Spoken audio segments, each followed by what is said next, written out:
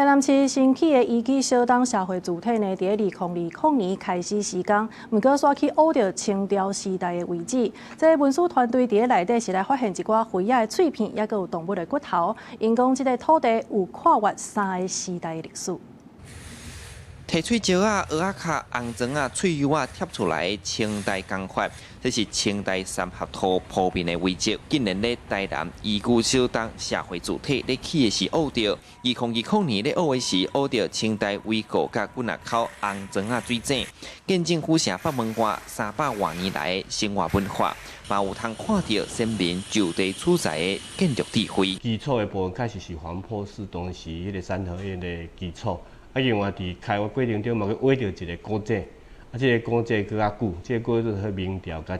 明朝的時代吼，伊無算佇古蹟當中，毋過迄個就有歷史的意義。佇伊個古蹟當中挖到、刻到足儕古物的吼，嘛真深。這棟規劃14層樓高、抽376戶的現代社體下底面有豐富的歷史痕跡。考古團隊佇清代水井內發現青灰仔甲梨仔殼等物件，見證300多年前的飲食生活甲文化。文書工作者講，這個所在因過毋但是單英華的古厝，佮加有府城7時8廟之一的黃碧寺，充滿多元的歷史底蘊佇咧遮。成永華故居就是這所在附近。這個所在附近就是咱講的，咱起碼閣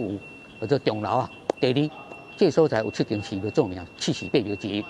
黃埔寺所以這個所在，若講這台南市的歷史遺跡，